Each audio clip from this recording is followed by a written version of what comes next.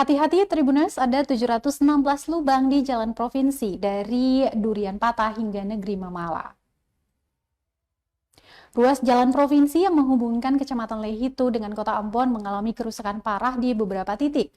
Pantauan tribunambon.com di lokasi Selasa 16 April 2024, pada pukul 17.30 waktu Indonesia Timur, terdapat kurang lebih 716 lubang jalanan sepanjang sekitar 11 km, mulai dari kawasan Durian Patah atau Desa Hunut hingga Negeri Mamala. Veno, seorang pengendara motor, mengungkapkan bahwa kondisi jalan tersebut sangat membahayakan, terutama saat melintas di malam hari.